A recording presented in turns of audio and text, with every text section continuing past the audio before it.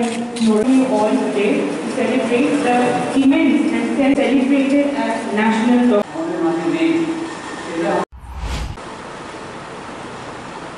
আমার শঙ্করবাবু বলেছেন ডাক্তারবাবু যে সিকিমে আমার ডাক্তার নার্সেস যারা প্যারামেডিক্যাল স্টাফ রয়েছেন তাদেরকে সম্মানিত করা হয়েছে। আমাদের রাজ্য কিছুদিন আগে মাননীয় মুখ্যমন্ত্রী আমাদের ডক্টরসদেরকে বিভিন্ন অফিসার্সদেরকে সম্মান করেছেন। আমাদের সময় খুব ছোট, 3 বছর 3.5 বছর আমাদের শাসন প্রশাসনের। এই 3-3.5 বছরের মধ্যে শুধু 1.5 বছর সময় এই কোভিড অতিমারির সঙ্গে আমরা সবাই মিলে আপনাদের সঙ্গে কাঁধে কাঁধ মিলিয়ে আমরা লড়াই করছি। সেই জায়গা দাঁড়িয়ে যেটা একটা বন্ধা দশা ছিল আমাদের ডক্টরসদের, বিভিন্ন অফিসার্সদের। অনেক দিন যাবৎ আমার দাদা রয়েছেন, গতকালকে ওনার কর্মজীবনের সমাপ্তি ঘটেছে, একটা অধ্যায়, কিন্তু আজকে থেকে আরেকটা নতুন অধ্যায় শুরু করেছেন। সব কিছুর জন্যই যে একটা প্রমোশন লাগে, একটা জায়গাতে আমরা রয়েছি, যেই জায়গাতে আমরা স্টার্ট করেছি এবং শেষ সময়টাও সেই জায়গাতে আমাদেরকে শেষ করতে হয়, সেটার একটা যে স্থিতি ছিল সেটা থেকে আপনাদেরকে বের করে আনার, সম্মান দেওয়া। কারণ আপনারা সম্মান পেলে আমরা গর্বিত হই, আমরা আনন্দিত হই, আরও বেশি আপনারা এনার্জি পাবেন, আরও বেশি আনন্দ পেয়ে আপনারা কাজ করবেন, সেটা আমাদের আশা এবং প্রত্যাশা।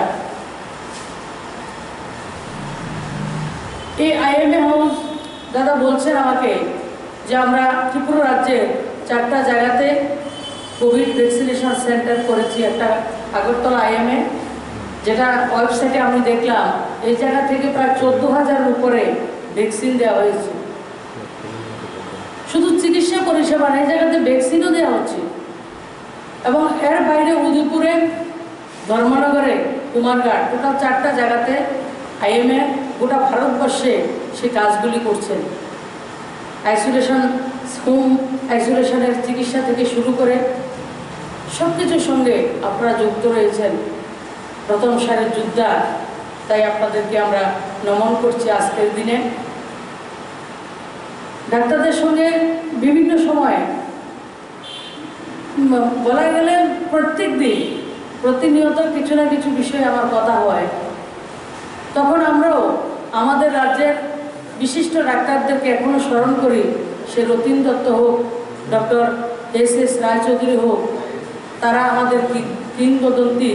আমি তো আমার রাজ্যের যদি ডক্টর বিধানচন্দ্র রায় গোটা দেশে রয়েছে, আমার রাজ্য ডক্টর বিধানচন্দ্র রায়ের অনুগামী এবং উত্তরসূরি doctor Ratin Dutta, doctor SS Roychowdhury, আমরা কৃষ্ণরাজ রায়চৌধুরী এখনও যিনি রয়েছেন, ওনাকেও আমরা সম্মানের সঙ্গে আমরা মনে করি। উনি এখনও জীবিত রয়েছেন।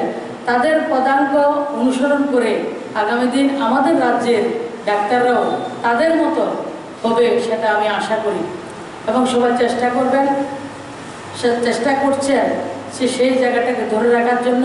আমাদের যে ঐতিহ্য, আমাদের ছোট রাজ্য হতে পারে, কিন্তু রতিন দত্ত, ডক্টর SS রায়চৌধুরী যে সেবা আমাদের রাজ্যকে দিয়েছেন, আমি একটা অনেকগুলি গল্প ওনাদের জানি। আর আমি ব্যক্তিগতভাবে ডক্টর SS রায়চৌধুরীর সঙ্গে কাজ করার অন্য ক্ষেত্রে সুযোগ পেয়েছি। ডক্টর বিধানচন্দ্র রায় উনি মুখ্যমন্ত্রী হয়েছেন, কিন্তু উনি হতে পারেননি।